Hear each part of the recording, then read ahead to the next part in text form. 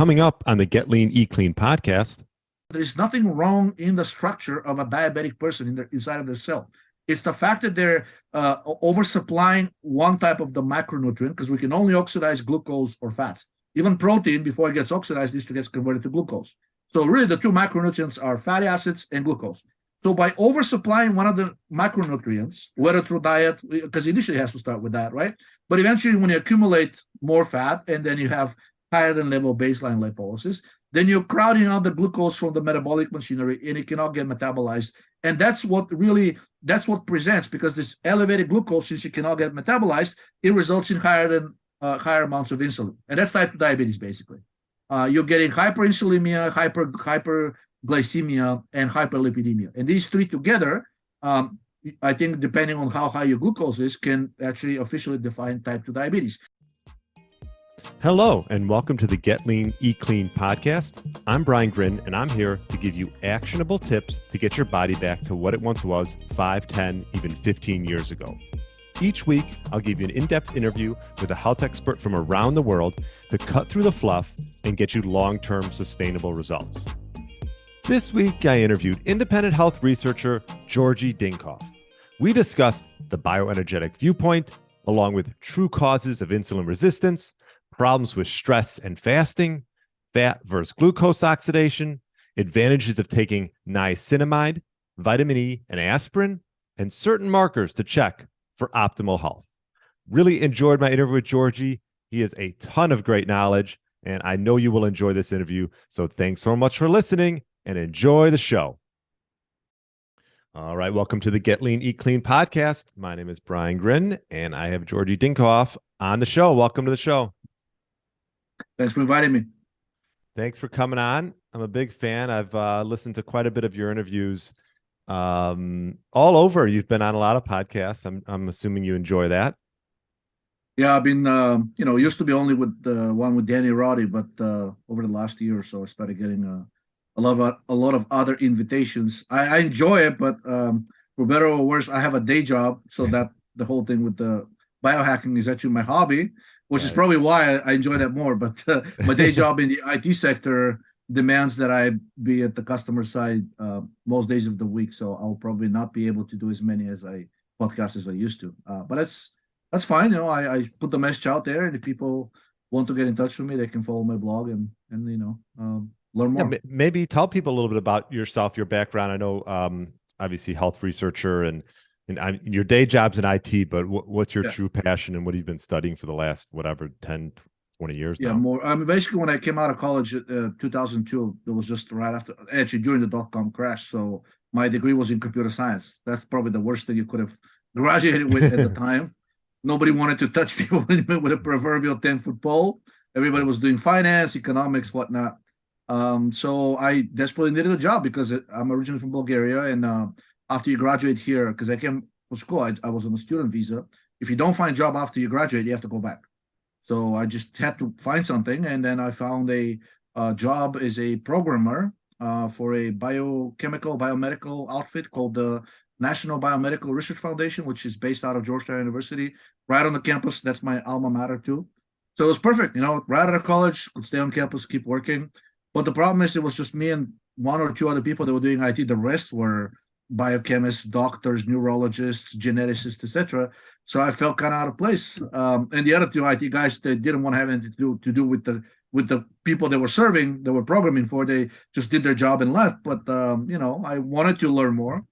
So I kept asking, okay, what can I do? I kind of want to participate. When you guys go out for happy hour, you talk about these things that sound very interesting, but I don't understand any of them. They said, and the response was, well, if you're doing this out of passion, in other words, you just want to get the knowledge, you don't need to go to school for that. Even back in 2002, pretty much everything was already it was already online. You can get the knowledge more or less for free.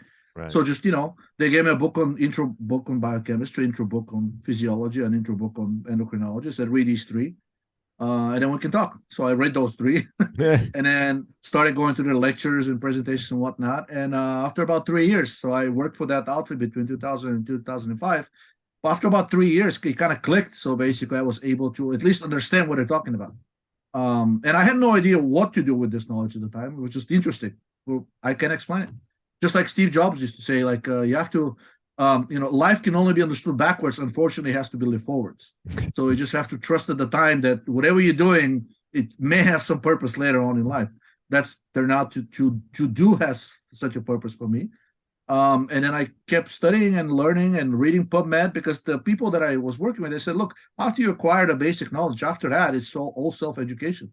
I mean, we are supposed to, not that we're doing it, but we're supposed to be reading all these journals, we're going to all these conferences. That's how you learn new stuff. And of course, doing your own experiments. Unfortunately, you won't be able to do that because you don't have the degrees. So you're not going to get money from the government. And the only people who can do research are either independently wealthy, like maybe Bill Gates. I hate to mention that name, but maybe like somebody like him, because he can pour a lot of money into his own ideas, or the government gives you grants. But the government is not going to give you grants unless you have the degrees. So you're stuck with the knowledge part. And I stuck with the knowledge part. And then around 2008, 2009, I was probably one of the first people that started doing the low carb / paleo kind of diet. It was just actually starting to become a hot thing in the research circles. Like the general public hadn't even heard about it. I mean, of course, they know about the Atkins diet and whatnot, but it's not exactly like a paleo diet. So I started doing the paleo diet, went to really, really extremely low carb. And because I was an athlete in college, I wanted to stay in shape. So after college, I kept, the athletic activity. I was a rower in college, but after that, I didn't have access to both, so I stick to running. So similarly, endurance sport.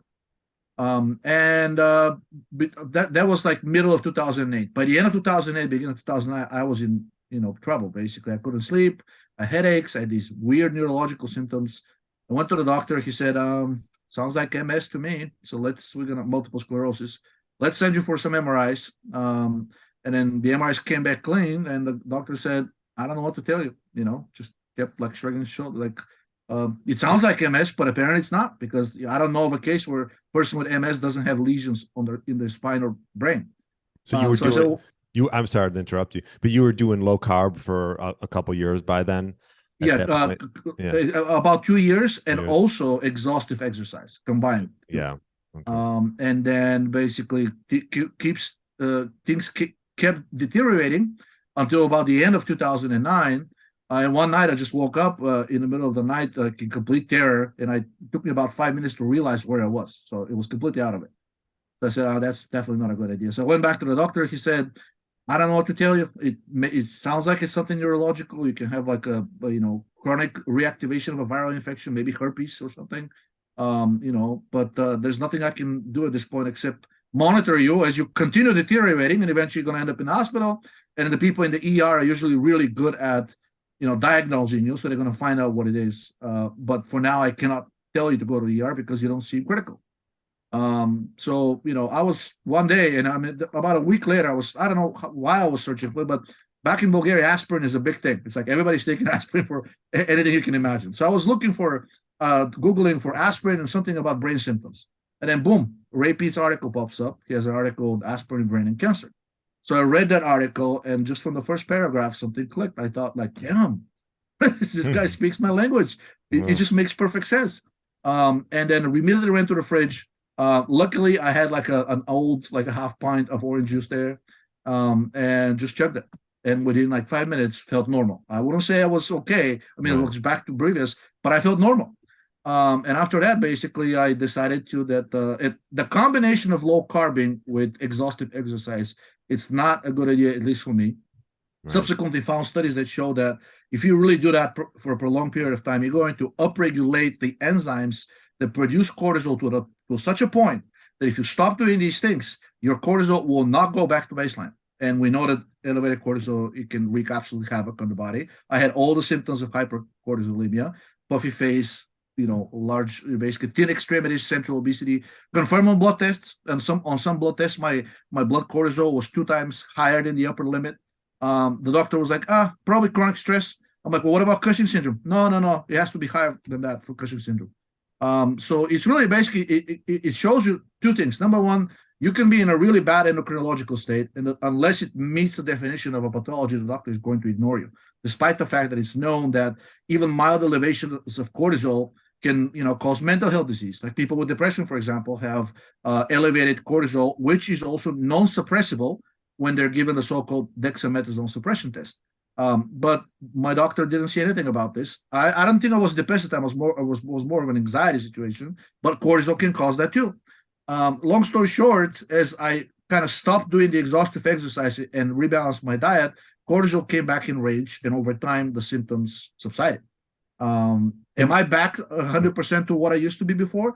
Probably not, because I'm older now, but I do feel I can do the same things that I used to be able to do before I got into the situation. So I consider myself more or less recovered and a lesson well learned. Yeah.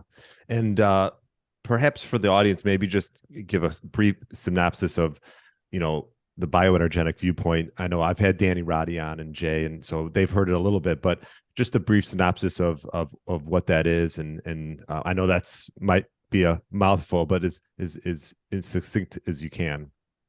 I think I have a good analogy. So the way medicine treats your body is like a car. So basically, the car is the structure of this is your body, right? And the energy that your body produces from food is like the fuel in the gas tank. So medicine says, I don't care what kind of fuel you put in the gas tank, as long as the car can burn it, the car will keep going and it will go just as fine. With minor differences maybe, but like it'll go just as well. And if you put bad fuel into your car, it's not going to break your windshield. It's not going to give you a flat tire. It's not going to break your engine, right? That analogy may work for the car, but definitely does not work for the body. It turns out that the amount of energy produced and the efficiency, because there are several different ways to produce energy in the body, the efficiency with which the energy is being produced is absolutely vital to everything that the body does, and also the way the body is structurally. So in other words, if I put the bad type of fuel into the car, or I force the car to burn the fuel in a manner that's not very healthy, then my car will start breaking down. Actually, structurally, initially functionally, the car will start sputtering. I will not be running as fast as as normally would, and literally running to try to run. But over time, if you continue insisting on doing the exact same things, which is usually through stress, the car will start literally breaking down. And we're seeing that in a lot of people that are trying to adopt the same lifestyle as I did. I'm not the only one unique. And there's plenty of evidence showing that the analogy in the car analogy that medicine uses currently for your body is incomplete. And that's probably why medicine is not that good at curing things, because if you go to a doctor with a problem, first they'll look at your structure. They'll run it through a battery of tests, imaging studies, whatnot. If nothing is wrong structurally, then they'll declare that there's a functional problem, and then that's separate. There's nothing they can do about that. They may send you to a so-called functional specialist doctor, right? But to them, you're okay. Maybe it's all in your head. But the bioenergetic view says like structure and function cannot be separated. If you have a functional problem currently, and this extends through time, it's going to eventually become a structural problem. If you have a structural problem, it will result in a functional problem, because let's say if you have like a underregulated or upregulated enzyme somewhere along the chain of the production of energy, clearly you will not be producing energy as you're supposed to. And this lack of energy, or at least producing it through suboptimal means, is going to result in a structural problem. So energy is the functional part, and body structure basically is the structural part. That's how even medicine views things, but they think these things are separate. One does not affect the other, except the structure affects the function, but not the other way around. And if they check your structure, you're fine, then they may be a functional problem, but they're saying, we don't know what's causing it. It's not structure. It's not our specialty. Go away, or come back when you're feeling worse, or go see a functional medicine doctor. The bioenergetic view says you have to worry about energy at every step of the cycle. Everything is affected by energy. We are energy, right? Ultimately, even through Einstein's formula, matter is nothing but concentrated energy. It can interconvert, and really at the very end of it, it's all energy. It's energy flowing through a system, which creates structure. And if the energy doesn't flow as intensely as it's supposed to, or flows through like suboptimal channels, then you're going to get crooked structure, and in the case of the human body, pathological situations, including structural ones, such as organ failures, organ disease, right? Alzheimer's disease, things that medicine thinks are structural and potentially caused by genetic issues. But bioenergetic view says for 100 years, we've been searching for all of these disease-causing genes. Believe me, trillions of dollars have been thrown into this, trying to find a gene that causes disease, because it's so profitable. If a company finds a gene that causes a disease, they can develop a drug around it, right? Maybe activate it or silence it, depending on how exactly what the gene does, right? And the only thing that we have close to that is the BRCA genes.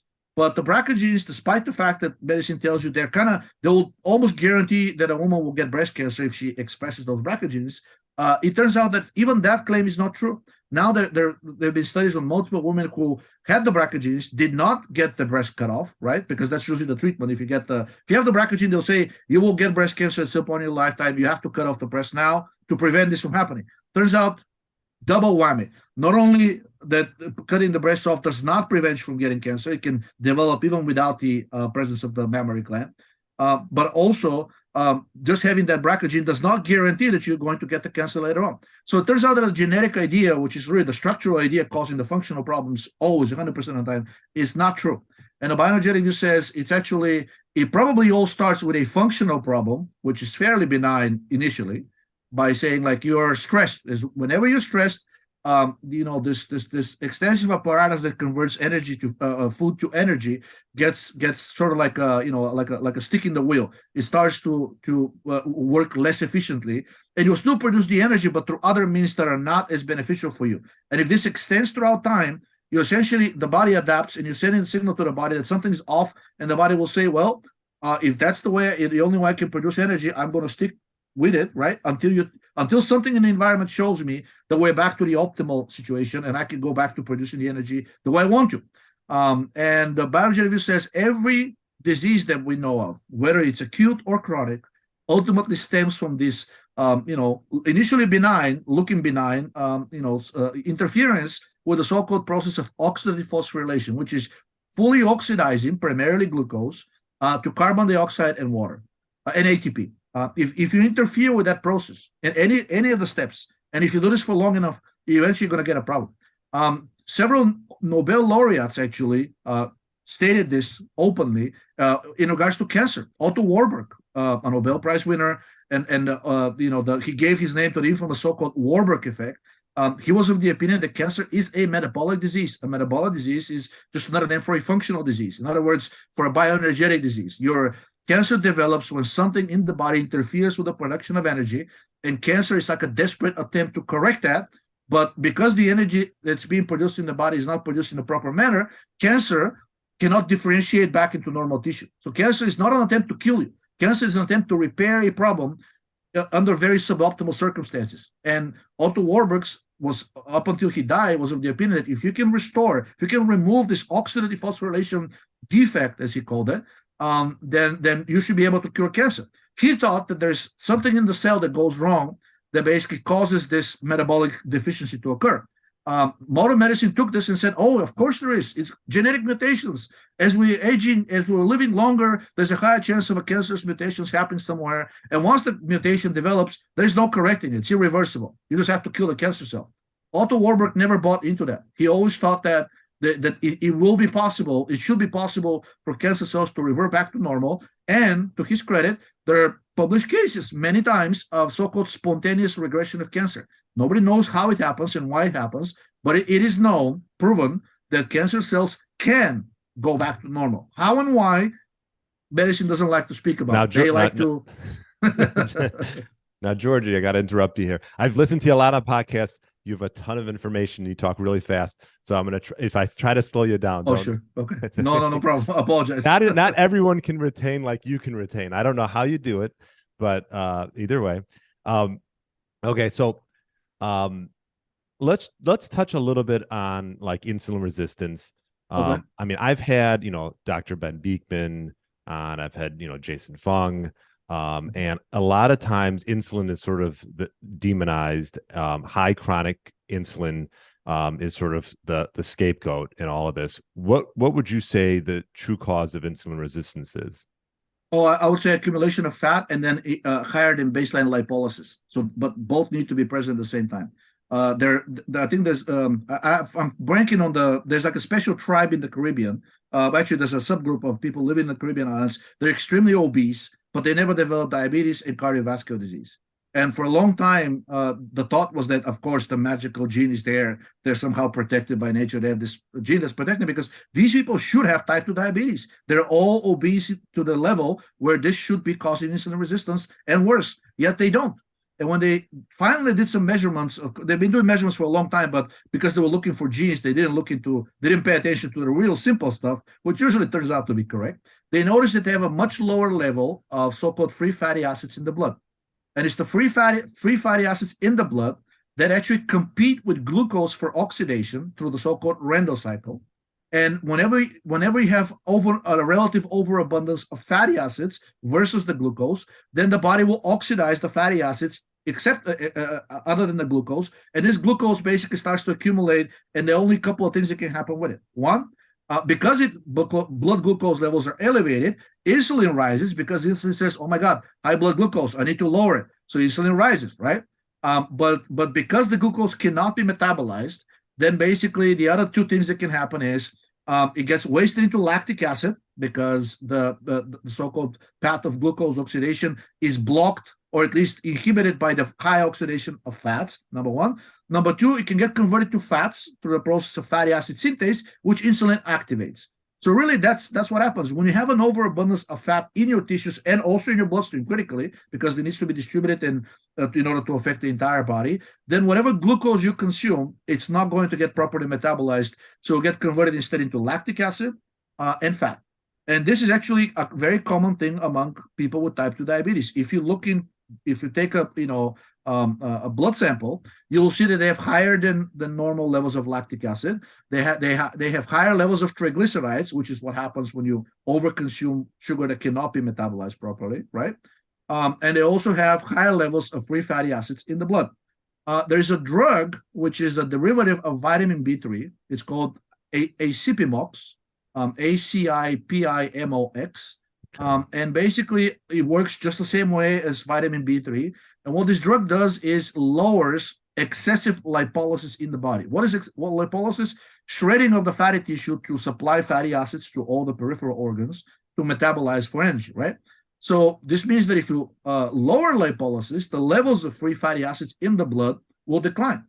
And it's been shown multiple times that this drug given to diabetics or even normal people drastically lowers the levels of their so-called hyperlipidemia, high levels of free fatty acids, high levels of triglycerides, high levels of LDL, and even HDL, right? And also lowers the blood glucose levels. So I think to me, this is the most direct evidence that there is nothing wrong in the structure of a diabetic person inside of their cell. It's the fact that they're oversupplying one type of the macronutrient, because we can only oxidize glucose or fats. Even protein, before it gets oxidized, needs to get converted to glucose. So really, the two macronutrients are fatty acids and glucose. So by oversupplying one of the macronutrients, whether through diet, because initially it has to start with that, right? But eventually, when you accumulate more fat and then you have higher than level baseline lipolysis, then you're crowding out the glucose from the metabolic machinery and it cannot get metabolized. And that's what presents, because this elevated glucose, since it cannot get metabolized, it results in higher amounts of insulin. And that's type 2 diabetes, basically. You're getting hyperinsulinemia, hyperglycemia, and hyperlipidemia. And these three together, I think, depending on how high your glucose is, can actually officially define type 2 diabetes. Now, if this problem gets really extreme, if you really, really oversupply fatty acids, then you can get into something called diabetic ketoacidosis, for which the treatment can be lethal. I think it's like 20% lethality unless you immediately treat it. And by the way, it's always accompanied with also lactic acidosis, type B. I think it's called type B lactic acidosis, also seen in cancer patients, which kind of gives you a bit of suggests a parallel between type 2 diabetes and cancer. We can talk about this later. But anyway, so when these people go to the hospital, what is the treatment for them? Very high doses of intravenous insulin. Why? Because insulin also suppresses lipolysis. But to answer your question, how these people get to that point, they accumulated a lot of fat, and through even minor stress, obese people tend to shred a lot of fat into the bloodstream because they have an excess of it. And as long as this is the case, then basically they will have a problem with metabolizing glucose, which is why one of the protocols for curing type 2 diabetes is to put people on a really extended fast diet. They lose all of their excess fatty stores.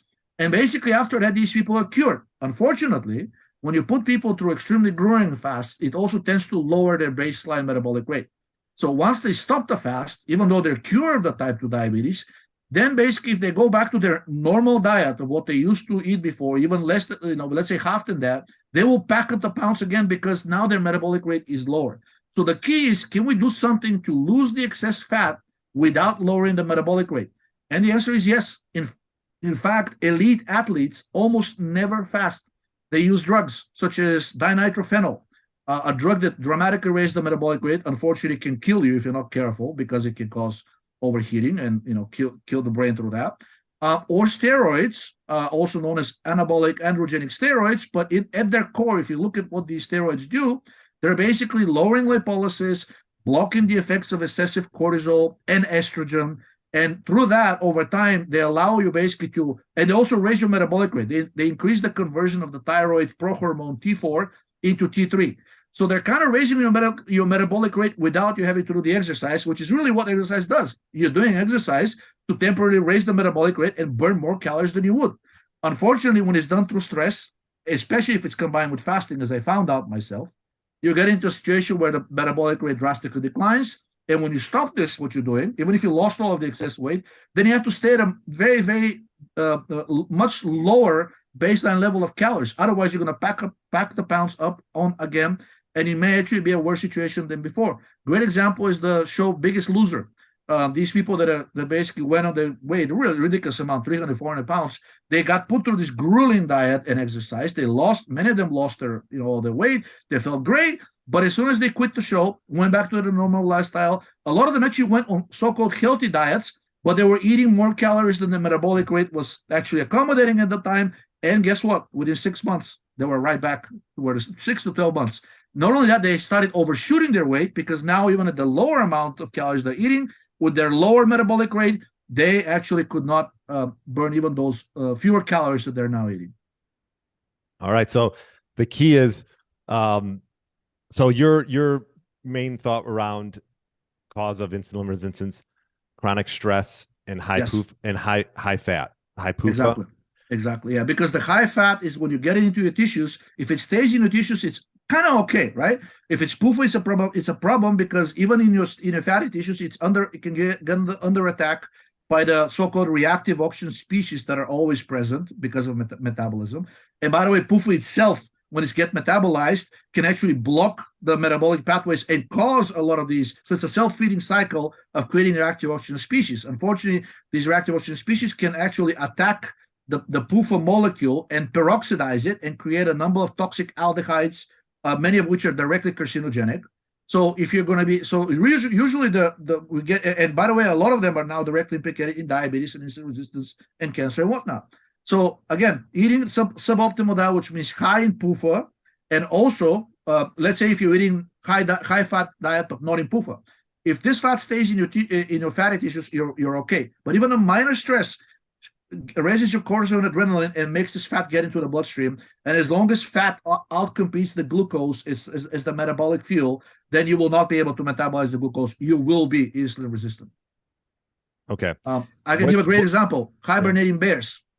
They eat tremendously to pack up on the pounds before they go into hibernation. And then studies, they did blood tests. The bears were perfectly healthy, despite being actually really what they would consider overweight. I don't know what's an overweight for a bear, but I guess weighing 2,000 pounds is probably, and they do look like one big chunkus. So after these bears go into hibernation, researchers would get into their den and periodically withdraw blood and notice that while the bear is in hibernation, because the bear is not eating anything, it's actually metabolizing the fat that is in the fatty tissue. The bears met all the requirements for type 2 diabetes. They had higher ketone levels, higher blood glucose, higher insulin, higher free fatty acids, everything, you name it. And then this continued while the bear was hibernating. Notice the bear was fasting, so he wasn't stressed. Imagine how much worse it would be if he was stressed. Maybe that's why they sleep, because to basically limit the damage that is already being done by the fasting. And when they woke up and started refeeding, all of these parameters went down. And despite the bear started gaining weight, they actually become healthier. So it's really the combination of bad diet and bad fats specifically combined with stress that's driving not just diabetes. Really, as I mentioned, the cancer patients when they go into the hospital, they have high ketone bodies, high ammonia, high glucose, high lactic acid. So it sounds like an extreme case of diabetes. And in fact, untreated diabetes patients waste in the exact same way as untreated cancer patients through the process known as cachexia. So what would you say? I mean, you have like I mentioned, let's just say Dr. Jason Fung has clinics where people are fasting, they're diabetic and they're fasting and they are improving. But obviously to your point, they're wrecking their metabolisms if they go back to like a normal eating schedule. What would you say what would be your way of sort of solving that puzzle? I know obviously avoiding chronic stress and PUFAs and things Yeah. like that. Is it just like healing the gut, becoming better at glucose metabolism? Like what would your clinic be like? If not a fasting clinic, what would it be? So if for people that are in particularly fragile health, because some people can tolerate the fasting and do just fine, but for people that are, let's say, I will measure the steroids. If their DHEA for both sexes, if their levels of DHEA, which is the adrenal hormone, are good and they're up at 25% of the normal range, then I think these people can withstand a decent fast. I wouldn't do a full fast though. I will do probably at most intermittent fasting. And while they're fasting, I will take plenty of vitamin E, because since most of the fat stored in tissues will be PUFA, when that gets released, all hell breaks loose because of the peroxidized byproducts of this PUFA, and also its normal metabolism, and some of its metabolites such as prostaglandins and leukotrienes, right? The vitamin E can quench most of these side effects. So take some vitamin E, right? Take some niacinamide, which actually increases the levels of the cofactor NAD+, and that is vital for metabolizing both fats and glucose. Is niacinamide, is that vitamin B3? Yes, but there's several forms, right? There's niacin, which is the flush version. I don't recommend that because the flushing is caused by histamine and serotonin. You don't want those released into the bloodstream because it's a sign of, it can cause an inflammatory reaction. Niacin gets these things out of the platelets, so makes the platelets release the histamine and serotonin, and that's not a good thing. In fact, some very beneficial drugs are doing the exact opposite, stimulating the uptake of serotonin and histamine into the platelets, and by this actually curing depression. So not niacin, but niacinamide. There's another one recently over the last couple of years. It's a commercial product. One company is pushing. It's called nicotinamide riboside. There's a company called Chromadex that's running clinical trials with it. And up until last week, there was also another version called nicotinamide mononucleotide.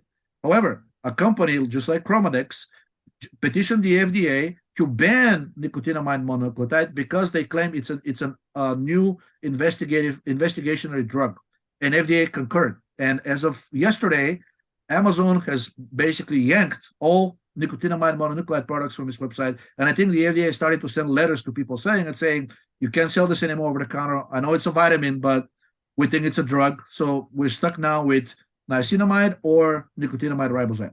So 300 to 500 milligrams daily, I think, is plenty. Or niacinamide. So your clinic, you'd say, for an individual, they can do some fasting, just intermittent, right? Like, what would you say, 12 to 16 hours, something like that? I think that's fine. That's fine if that's the healthy individual, right? So for those, and I'll be taking those things to prevent the damage that the circulating fat will be causing. So you would take vitamin E, niacinamide, and aspirin.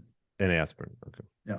Those three, I think, to me, will be the triad that should negate most of the bad side effects of the polyunsaturated fats. Maybe taking, like, I don't know, a spoon of coconut oil. I know it kind of breaks the idea of fasting, but it's not that many calories. It's just several studies have demonstrated that it's the ratio of saturated fat to polyunsaturated fat in the blood that is also very important. So just by raising it a little bit, by consuming maybe like a teaspoon of coconut oil 2-3 times a day, which should be at most 200 calories. It's not that much, right? That should also greatly mitigate the damage. Now, for people that are fragile, and I do have a great study for that, people with Cushing disease, as everybody knows. When you say fragile, I mean like diabetic or? Yes, diabetic already, or like if you look, and by the way, these are not mutually exclusive. If you look at their endocrine profile, these people have a very low level of DHEA. Now, it's the cortisol to DHEA ratio, and it should be in favor of DHEA. That actually determines it has emerged as the most reliable morbidity and mortality predictor for any age and for either one of the two genders. Do you know what the ratio should be, cortisol to DHEA? Do you have an idea? Depends whether it's in blood or in hair and nails, like depending what you measure. But blood. What about blood? In blood, it should be. Let's see, cortisol. Cortisol to DHEA should be no more than 0.5. In other words, DHEA should outrank cortisol in a factor of at least 2 to 1. Okay. And if that's not the case, and it's usually seen on blood tests, such as the cortisol being in the upper limit of the normal range, and God forbid above, and DHEA below, or like at the bottom 20%, 24% or below, By the way, DHEA, just these two hormones, just this ratio, can actually reliably diagnose diabetes. Unfortunately, it's called non-specific. In other words, if the cortisol to DHEA ratio is high, you can have diabetes, you can have cardiovascular disease, you can have cancer, Alzheimer's, etc. But it's a very good ratio of your vitality, right? So if that ratio is less than optimal, then I will do, I don't want to call it chemotherapy, but I would actually use drugs instead of putting people through a grueling regimen because they are likely to get worse. In other words, when you fast, that ratio of cortisol to DHEA is going to get skewed even further into favor, quote unquote, of cortisol. And that can really wreak havoc on people's bodies. So someone's fragile or, like you said, maybe diabetic, and they have not a good ratio of cortisol to DHEA. Obviously, you're not going to fast them because that'll just cause stress and raise cortisol, right? So would it be like healing the gut, perhaps like endotoxins or things like that? Yes, and also, like I said, since I mentioned using the drugs, there's several clinical trials right now with drugs that are inhibiting the enzyme that synthesizes cortisol. Oh, this enzyme is 11-beta hydroxysteroid dehydrogenase type 1. 11-BHSD1 is the abbreviation.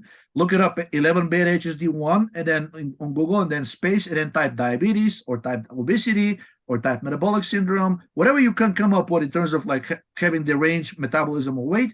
11-beta HSD1 inhibitor, followed by the keyword, you will find plenty of studies, including clinical trials with humans, showing very good results, which shows you that the cortisol is actually contributing to this pathology.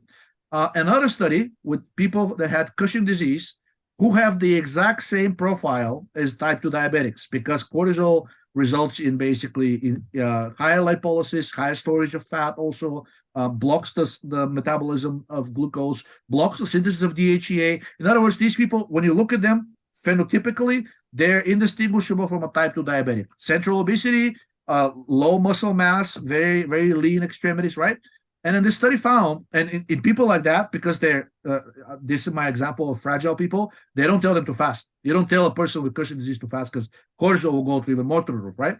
So what do? Well, they gave them, typically they do surgery and remove the tumor that's causing the overproduction of cortisol. I forgot to say the Cushing disease is a disease caused by a tumor that produces cortisol.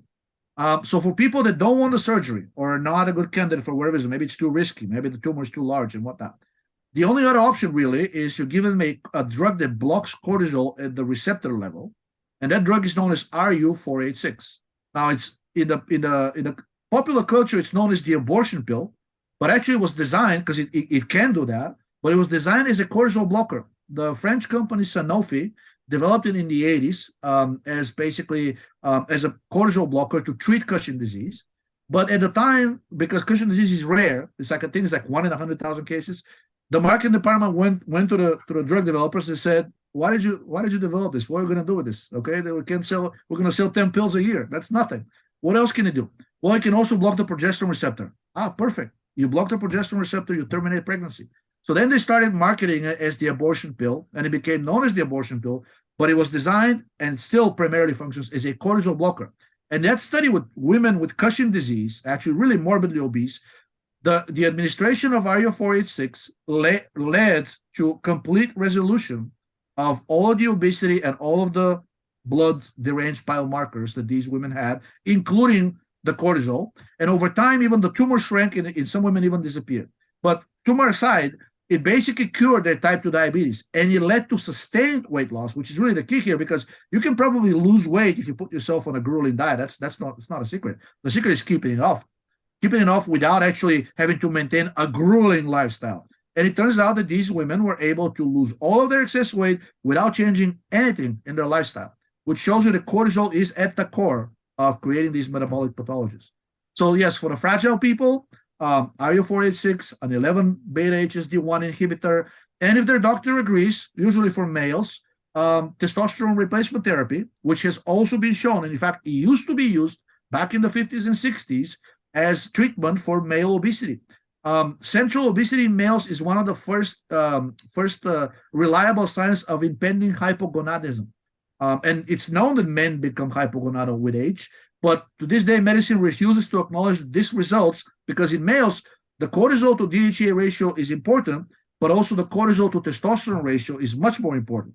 So if testosterone declines with age, cortisol may stay the same, but the cortisol to the testosterone ratio will rise, and that directly leads to insulin resistance. Conversely, as early as the 1950s, studies demonstrated in males that testosterone injections can actually completely eliminate obesity and type 2 diabetes in males. Unfortunately, testosterone is a aromatizable androgen, can raise estrogen as well, which is not desirable.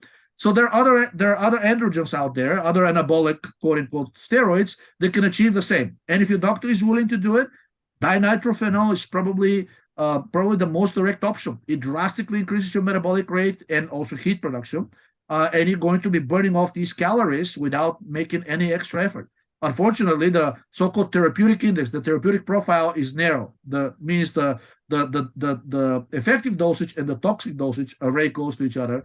So you have to be under the monitoring of a doctor. I think clinics in Mexico do it. You go there, you say you want to lose weight, they can put you on a DMP, dinitrophenol. Banned in the United States, but many other countries, it's not banned and it's accepted as the pill for losing weight for the rich that they can afford it. What about just for the average individual? Someone that's in decent shape and they're like, oh well, maybe I've done some low carb, I've done some fasting, but I want a ways that I can sort of rev up my metabolism and still obviously stay fit. What would be some things that you would maybe recommend? So protein intake should be at least 1 gram per kilogram of protein body mass. Actually, ideally lean body mass, not necessarily the total body mass. Right. Also, salt intake should not drop below, I would say, a teaspoon a day. Despite all the demonizing of the salt, multiple studies have now come out and said salt intake actually has no relevance for cardiovascular disease. Actually, it does if you undertake it. So if you eat way too much salt, the body has a way to get rid of it.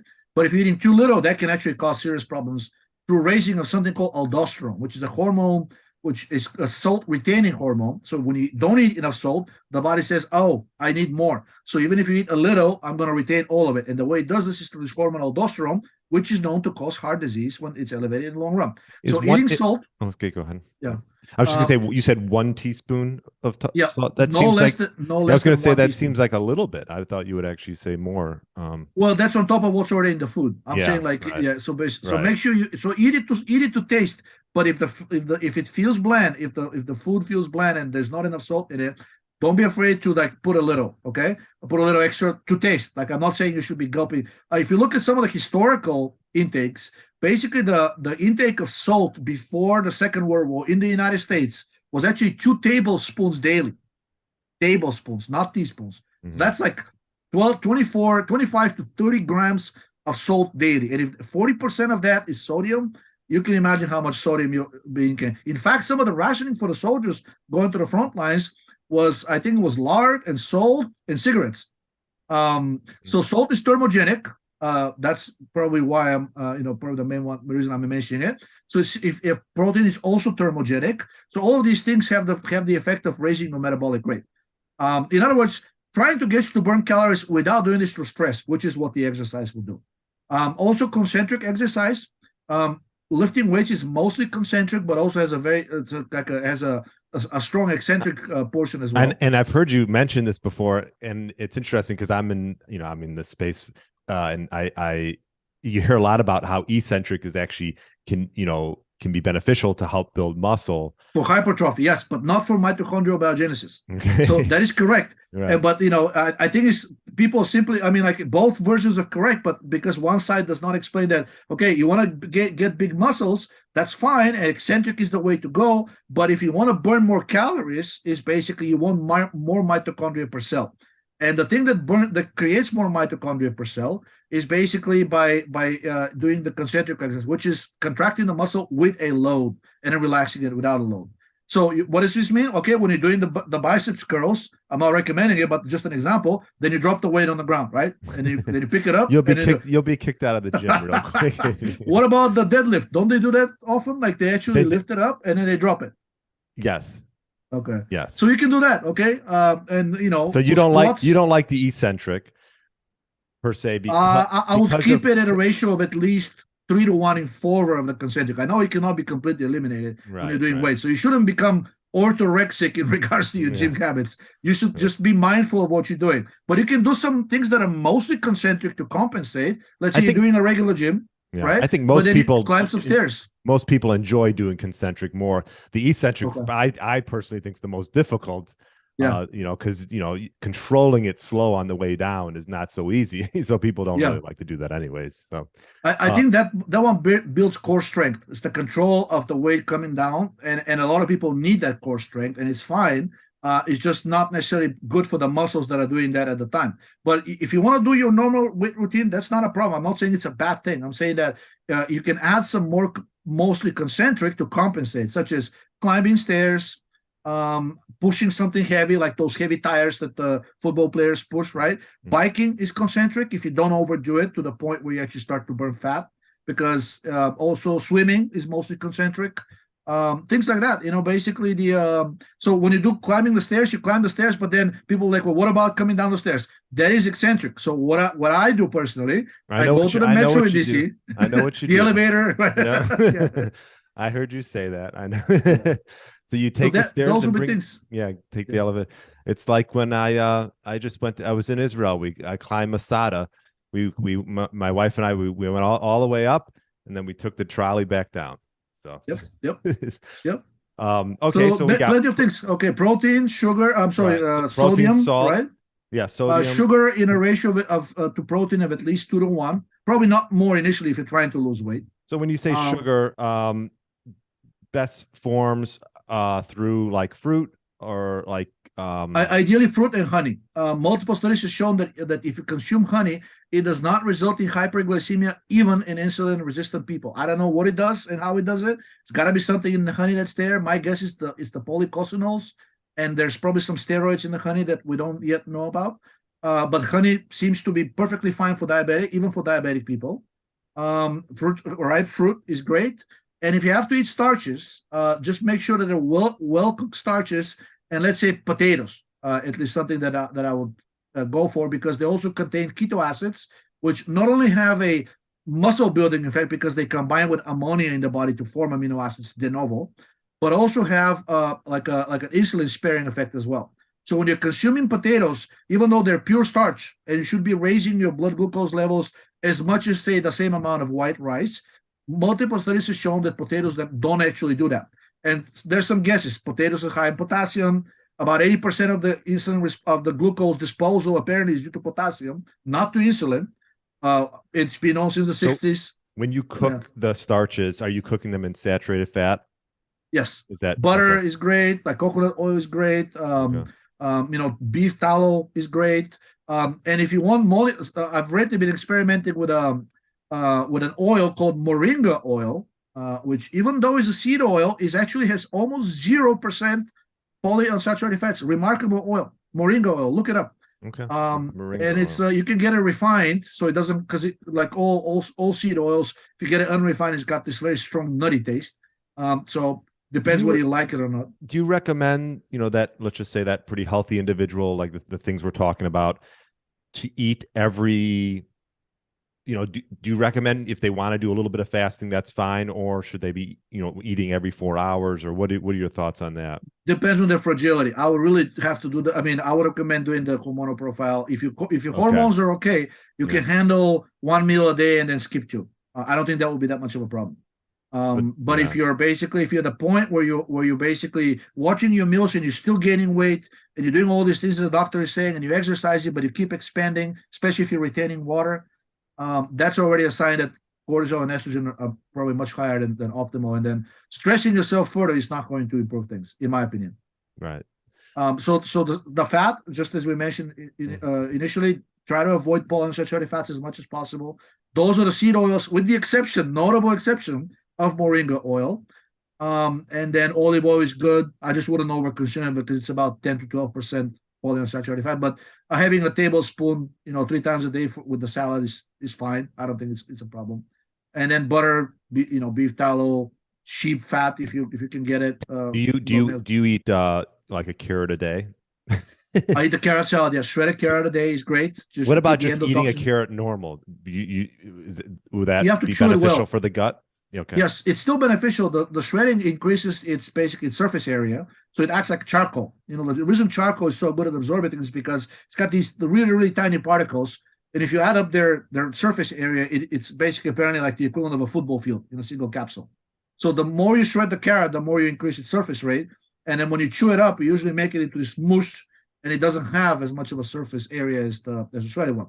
Either way, whatever makes you feel, but insoluble fiber is really the key here, because it basically binds a lot of the endotoxin that is produced in your gut, and also a lot of the root vegetables that we're consuming, carrot being one of them. Turnip is another very good one. They live I'm on the sorry, ground. what did you say? Which Turnip. Oh, turnip. I thought you said turmeric. No. Yeah. Oh, turmeric is also very good. It's another root thing. And it's got this actually curcumin that is in the turmeric, and the gingerol, which is in ginger, which is also a root. These things apparently developed evolutionarily to protect the root from a number of different bacteria and fungi, which we have in our gut as well. So they actually have a direct antibacterial and antifungal effect, aside from their insoluble fiber effect, which is to kind of clean the gut out from the endotoxin. So really keeping the gut clean, keeping the microbiome under control, keeping the endotoxin production and absorption under control, and just keeping bowel transit as short as possible, to the point where you should be absorbing the nutrients, but anything after that is basically exposing you to this now decayed food, right? So bowel transit should be you should be going to the bathroom ideally at least once a day.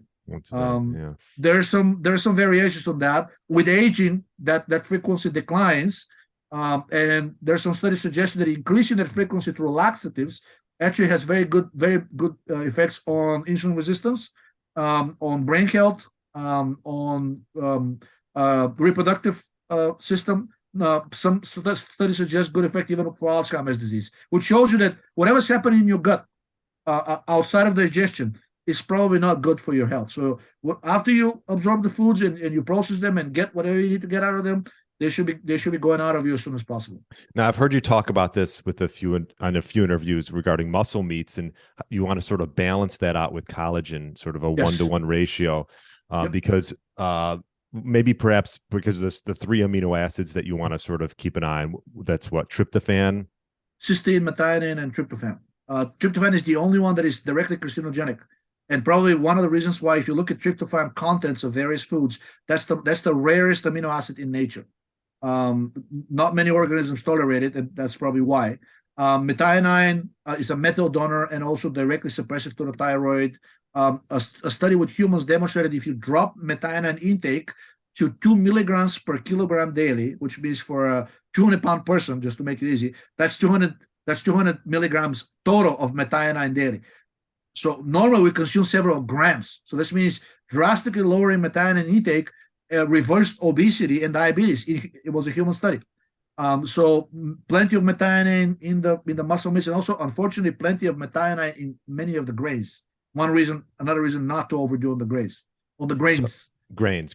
So for someone that's having for example, like ribeye, is there a decent amount of collagen in there, or would I have to probably take something? Ribeye is fine. Filet mignon is the worst. I know it's like a lot of people. My wife likes filet. She's not gonna like to hear that. What about skirt steak? Skirt steak, I think, is really good. It's very tough, but also it's got the most amount of collagen. And ideally, actually, you know what? If you don't want to deal with any of that, burgers.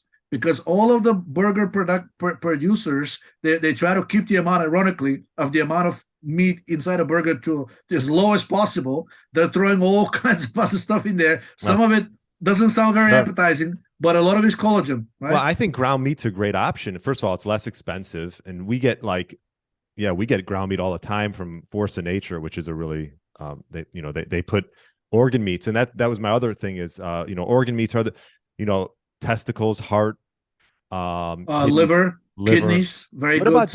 What about desiccated thyroid as a supplement? Is that something I know you talk about that? Okay. I think it's great if you can get the chicken or turkey necks from the butcher that have not had their thyroid removed. It used to be the case that it was always there, but then they wisened up, and now some of the butchers are removing the thyroid and selling it separately to all of these companies that are selling these products. But if you go to the butcher and say, hey, listen, I need 20 chicken or turkey necks or duck necks with the thyroid still in there, and you know the butcher, he or she should be able to accommodate you, and it makes for great soup, very, very metabolically stimulating soup, even if you drink just a cup of it. Fish head soup is another one. You can go to like a Southeast Asian restaurant. I think they love they do a lot of fish head dishes. Some of them are fermented. I don't particularly like, but the fish head soup is great, and actually I can sense the thyroid because it's raising my temperature.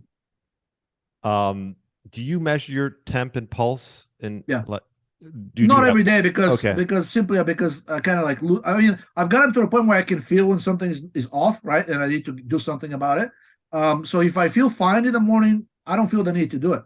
And I think that's actually a pretty good gauge. If you're having health problems and you start doing something about it, and you eventually start losing interest, you're probably on the right track.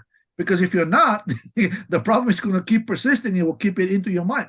So if you get to the point where you're basically like, okay, I understand, with aging, we're going to have more problems, but by and large, I'm feeling fine. But then on certain mornings or certain evenings or something's going on, you have a stressful situation at work or home, you feel like you're getting jittery, you're cold extremities, sign of basically stress hormones released, right? Then you probably need to do something about it. So what I do, maybe twice a week, I would measure underarm temperature, and I measure pulse as well. And in the morning, I would like the underarm temperature to be at least 97 degrees before eating, and the pulse to be 75 or above. And after eating, I would like to see the pulse go above 85 and the temperature to go above 98 or 98 or above. Okay. Yeah. I talked a little bit about that with Danny. And then what about, I know you've talked about this thermodynamics, sort of this calories in, calories out model that people, there's a lot of people in the health industry that just talk about, oh, if you're in a slight calorie deficit, everything will work out. But is that technically going to just lower your metabolic rate? Depending on really what you're cutting. Like if you cut protein, in favor of, let's say, fat, and also you lower the carbs, then I think you will lower your metabolic rate, because the thermogenic, basically the protein and the carbs are more thermogenic than the fat is. Depends on the fat, of course. The PUFAs are the worst because they directly lower your core temperature. It's multiple studies have shown that hibernating animals, especially the rodents, before they go into torpor, their blood levels of PUFA drastically rise. And several studies have shown that it can actually induce torpor in animals if you inject them, like with a very large dose of polyunsaturated fats. The more unsaturated, quote unquote, the better for causing the torpor.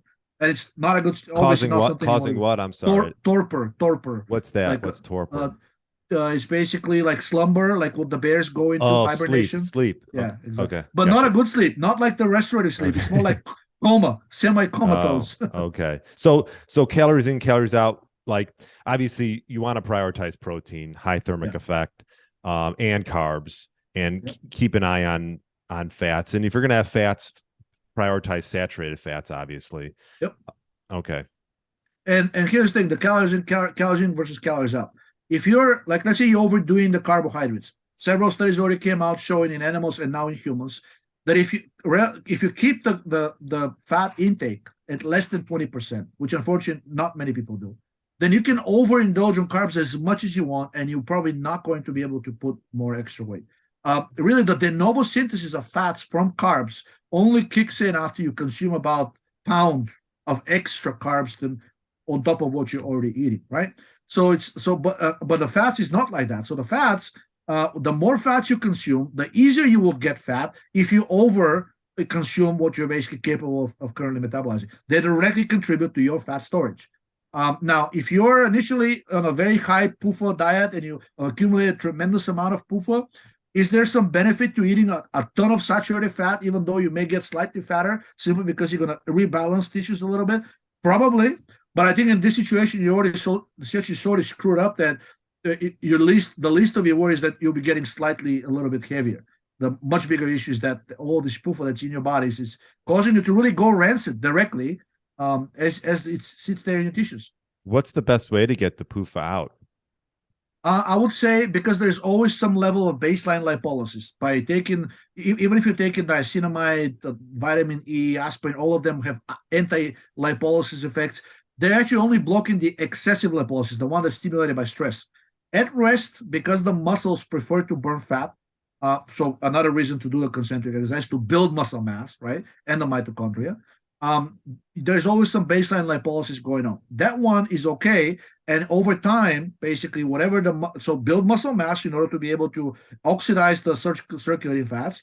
And if that's not enough, then the liver is usually able to glucuronidate and or sulfate any remaining fats that the muscles cannot oxidize, or the organs, and then make these more water soluble, so you're going to pee them out. But if the liver is not in a very good situation, then all this extra fat that's floating around unmetabolized is going to, especially if it's PUFA, is going to actually damage the liver. Non-alcoholic fatty liver disease is now known to be caused by oversupply of specifically polyunsaturated fats to the liver that exceed its ability to oxidize them, number one, and two, glucuronidate and sulfate for excretion. So if you take drugs that actually, or supplements that prevent the peroxidation of these fats, something as simple as vitamin E, 2 human studies just came out showing that vitamin E in doses of about 600 to 800 units daily, which is high, but not that high. I think the RDA is 400 units by the FDA, was actually able to reverse both NAFLD, which is the first stage of fatty liver disease, and NASH, which is non-alcoholic steatohepatitis, which is the second stage, which is more severe. Both of these reversible by something as simple as vitamin E. So vitamin E, do you take that alongside aspirin, and do you take a vitamin D as well? I take vitamin D once a week. I take the vitamin E also once a week. Just once a week. Okay. Yeah, they're fat soluble. So if you're like I said, if you're not, unless you're really, your vitamin E needs are determined by two things: your PUFA intake and your stress levels, if you're going to be fasting and or exercising. Okay. Now, if you're only going to be PUFA intake, you don't have a very stressful lifestyle, your daily needs are about 2 units per gram of PUFA consumed. So if you're eating, let's say, 25 grams of PUFA daily, 50 units per day, multiplied by 7, right? So 350, 400 units, one capsule of, which is what most supplements have, one capsule of vitamin E weekly should be able to handle your PUFA problems if they're only coming from the diet. Now, if you're consuming more and or you're exercising and or you're fasting, then you may need to be doing on a daily basis or take higher dosages weekly, because it stores in the liver and the liver release in the circulation is needed. So it really depends, whatever is more convenient for you. Like I said, I got into the point where I kind of feel when things are not going well and I need to take measures. And if I feel fine, then my regimen is either Saturday or Sunday. I take most of the supplements that I feel like I should be taking. I take pregnenolone once weekly, aspirin. And on a daily basis, I take only aspirin and niacinamide. One capsule aspirin and then one capsule of 250 milligrams niacinamide. Okay. Let's see what else. Gosh, we've hit a lot. So main things for healing the gut and shifting and helping. I mean, that's, I think, one of the things that fasting can do for some people is sort of give you gut relief, right? Sure. Yeah. You're producing a lot less endotoxin, like actually none. Yeah. And then removing irritating foods. Yes. That sort of damage the gut barrier, right? But I think most of the stuff that people have problems with the food is after they've already compromised their gut barrier. The gut is very good at handling a lot of irritating substances. I think most people will recognize that when they were younger, they could eat very spicy foods, really crappy foods, and it will just go right through. It will not make any much of a dent. But as they get older, those same foods are starting to create much of a problem. And the reason is, a recent study demonstrated niacinamide can reverse those effects, but the reason is, in a great confirmation of the bioenergetic theory, the reason was discovered to be decline in the energy levels produced by the epithelial cells that are lining the gut. And it was directly triggered by NAD deficiency, which what the study was able to remediate by administering niacinamide, which is the precursor. And when it did that, the gut barrier was fully restored. And then basically all of the inflammatory biomarkers, it was an animal model, all of the inflammatory biomarkers basically went back to normal, which shows that your gut can handle its problems, that it's designed this way, if it has sufficient energy. In other words, everything comes down to sufficient resources, just like life in general. Anything life throws at you, when you're younger and energetic, it felt like an adventure. When you're older and exhausted, it feels like an irritation or directly an assault. Well said. Well said. Yeah, because when I first started hearing about the bioenergetic viewpoint, as far as stress, these compounding stressors that can wreak havoc on your body and, lower thyroid and things like that. I was, I'm obviously understanding it more. And like for myself, I'm not a very stressed person. I don't have high PUFAs. I control what I eat and things. I feel like, it depends a little bit on the individual. Some people can handle certain stressors. Like, I can do a cold plunge for a minute and be fine, and be fine. For some other people, they might not be able to handle it more. And I think just in general, like obviously you see, I've had people who come on my pack who's been carnivore forever, and they seem to be thriving in their terms per se. Would you agree? They're doing better than the grain eaters, I can tell you that. So if most of the other people around them are eating, really, really a lot of high grain food, which is what the FDA recommends, I think a carnivore would easily outdo these people in terms of average health and resistance to stress. Yeah. And I have actually added in fruits after I've had some talks with Jay, and I don't mind it. I enjoy it. My body can handle it. Fruits are easily digestible, right? For the most part, ripe ones. Are there any fruits that people should maybe avoid? I would say the only two that I'm kind of hesitant about, but I don't completely avoid them. I just try to not eat them on a daily basis, are kiwis and bananas. And the reason is both have basically, bananas are high on tryptophan and serotonin. Fortunately, most of serotonin is in the peel. The problem is when you peel the banana, even a very ripe one, you get these strings that remain on the banana. Not many people will go through the habit of completely removing the actual layer, the connective layer, right? Definitely don't eat the peel. I'm hoping nobody does, but just the little strings that look stringy, that's also a problem. And also kiwis have a decent amount of serotonin. And even though medicine tells that it does not absorb when it's taken orally, several studies have already refuted that. And the same claim was applied to GABA. So there are supplements with gamma aminobutyric acid on the market. And medicine kept saying, no, they're useless. When you take it, it gets basically destroyed by the gut. Why would GABA be destroyed, but not the other amino acids? So other amino acids, medicine is perfectly fine with saying that they absorb, but not GABA. Of course, when you take the GABA, you immediately sense the effects in your brain. It's absorbed because it has to exert those effects that way. But anyway, so basically these two, and let's see what else. I think unripe fruits are best avoided because that sourness that's in there sometimes is due to tartaric acid and citric acid, and especially the latter, if it's consumed in very large amounts, unbalanced, because it's in the citrus fruits, obviously, that's the name it's coming from. But if it's consumed in other fruits where it's not balanced by the flavonoids that are present in citrus juices, citric acid can actually have pro-tumorigenic effect.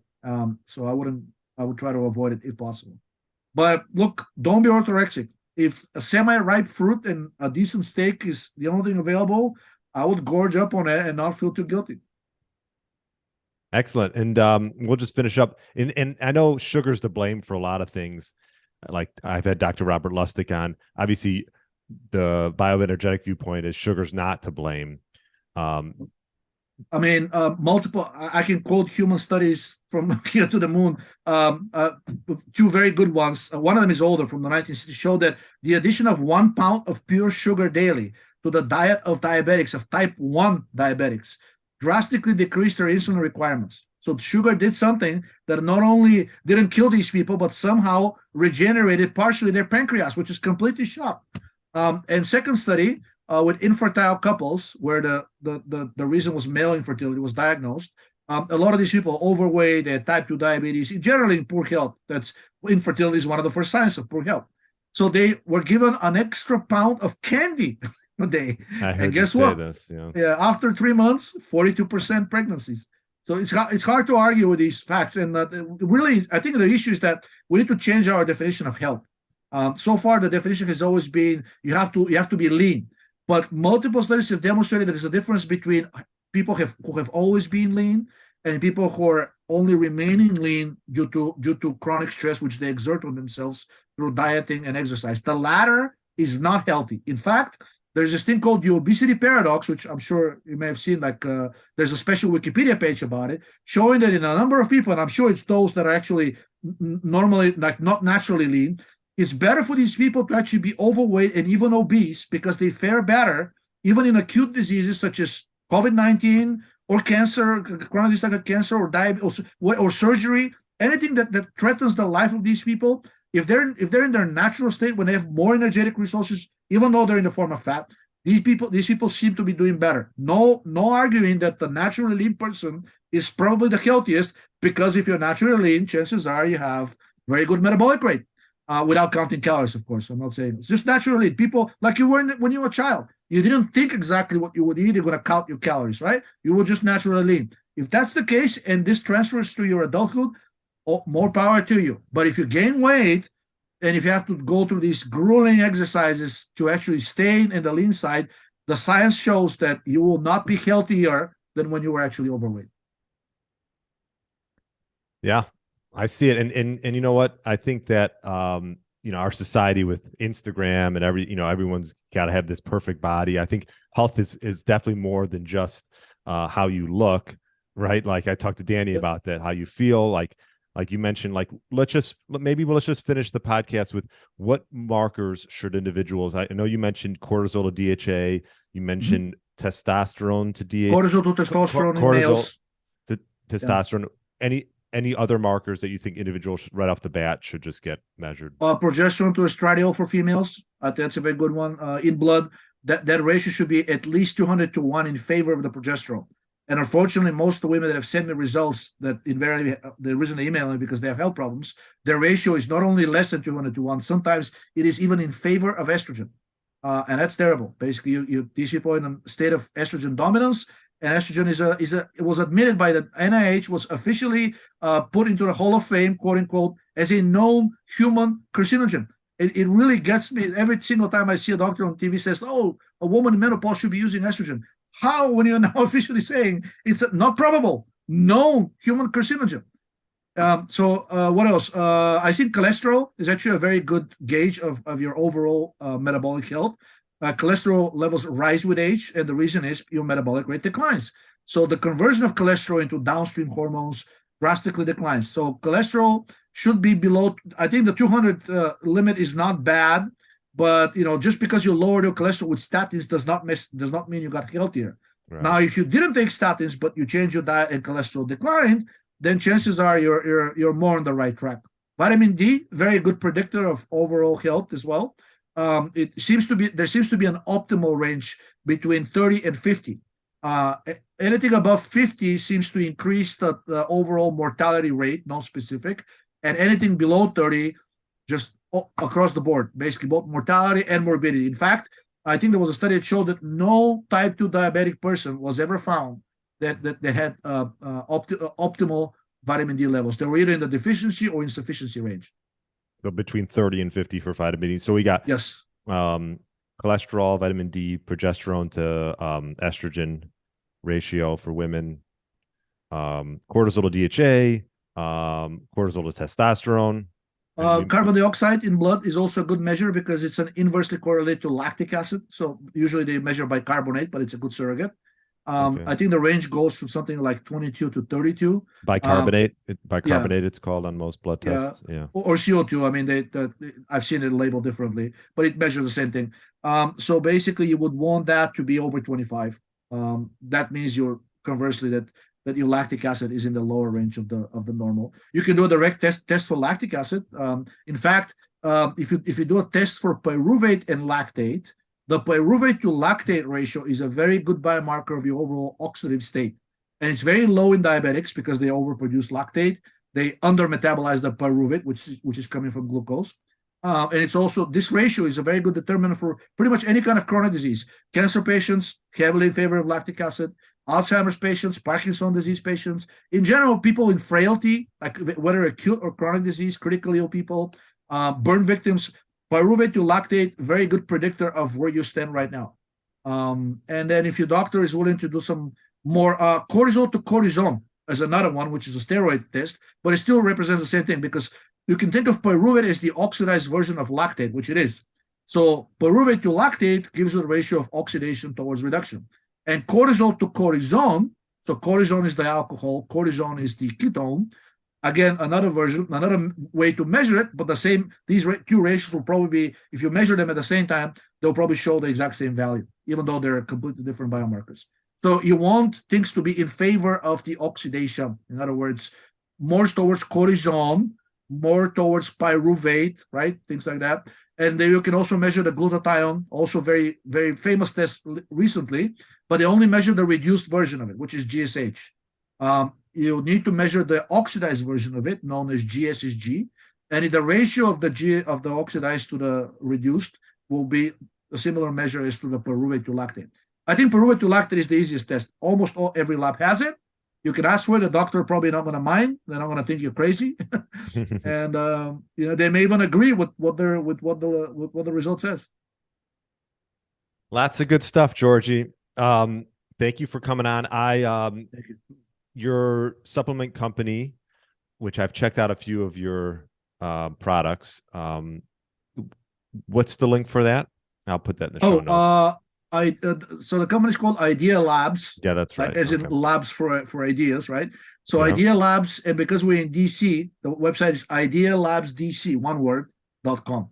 And is one of them, I know they have sort of different names that, what's the one, is there a vitamin E? Do you have a vitamin E? Yeah, Tocovit. Okay. Tocovit, because the name, the original name for vitamin E was tocopherol, and Tocovit is basically the vitamin E, but spelled differently. You got to come up with a, I don't know, distinguishing name. Otherwise, just say vitamin E is not good. It makes you think. You're like, wow, yes. I think that's it. Okay, so Tocovit. Is there any other ones that you're like, wow, that might not be a bad thing to add to the routine? I know, we've talked. Vitamin K, very important. Not many people know, but vitamin K is, which is the quinone, spelled with a K, because vitamin K is a quinone, similar to coenzyme Q10. It's just a naphthoquinone, not a benzoquinone. Vitamin K is actually approved in Japan as a drug for preventing and treating osteoporosis. Recently, there have been calls to approve vitamin K based on animal studies as a hypogonadal treatment for males. It was shown that just giving vitamin K to even elderly organisms like rats or rabbits restored their testosterone production back to normal, back to youthful levels. And the way it did that is help import cholesterol directly into the mitochondria and metabolize it into the steroids. And we know that this process is becoming less effective with age, which is why cholesterol rises. Vitamin K was able to reverse that process. So no need to take steroids, no need to do testosterone replacement therapy. You may be able to do it with vitamins alone. Okay, so the quinone, is that something you take every week? Yes, if I feel the need, there's basically a test you can do for a carboxylated osteocalcin. It's not a very well-known test, but I do this a couple of months, and mine is usually in above the upper limit of normal, because I used to take hefty doses of vitamin K. So I take 45 milligrams once weekly. That's my take. And if you want to do the minimum, studies show that 1 milligram daily is basically the minimum that is required to increase the carboxylation of osteocalcium, which is the process for taking calcium from your diet and your soft tissues and dumping it into the bones. That's what you want. You don't want calcium to be in the soft tissues, right? So 1 milligram daily was the minimum effective dosage that basically kind of kickstarted this process. And some studies show that you may not need more than 5 milligrams daily, because beyond that, they couldn't see a statistically significant increase in that process. The approved dosage in Japan as a drug is 45 milligrams daily, but keep in mind, these people are already very sick and very old. And the same dosage, 45 milligrams daily, is now about to be approved by the Food and Drug Administration in the United States as a treatment for liver cancer. So, I'm mentioning just to give you a perspective, the high dosage, 45 milligrams daily, not needed unless you have very serious issues. I would say 1 to 5 daily is probably where you need to be at prophylactically. And at those levels, it becomes a very affordable supplement. Yeah, and that's the quinone, the vitamin K. All right, Idea Labs DC, and I know you have a blog, Heydut. Heydut, yes, that's how I write online. Heydut.me, M-E. And that feeds into Twitter, which is twitter.com/Heydut. And whatever I post on the blog goes from Twitter, and it gets retweeted, or I get torched by the people that dislike me. Well, this was fun. Maybe I was just thinking, maybe we'll do a fun. I know you have your podcast with you going with Danny, Generative Energy podcast, but maybe I'll get you on, Jay and Danny. Maybe we'll do something fun like that. That'd be fun. Awesome. Sounds great. All right. Well, thanks for coming on, and enjoy the rest of your day. Thanks for inviting me. Much appreciated. Thanks for listening to the Get Lean, Eat Clean podcast. I understand there are millions of other podcasts out there, and you've chosen to listen to mine, and I appreciate that. Check out the show notes at briangrin.com for everything that was mentioned in this episode. Feel free to subscribe to the podcast and share it with a friend or family member that's looking to get their body back to what it once was. Thanks again, and have a great day.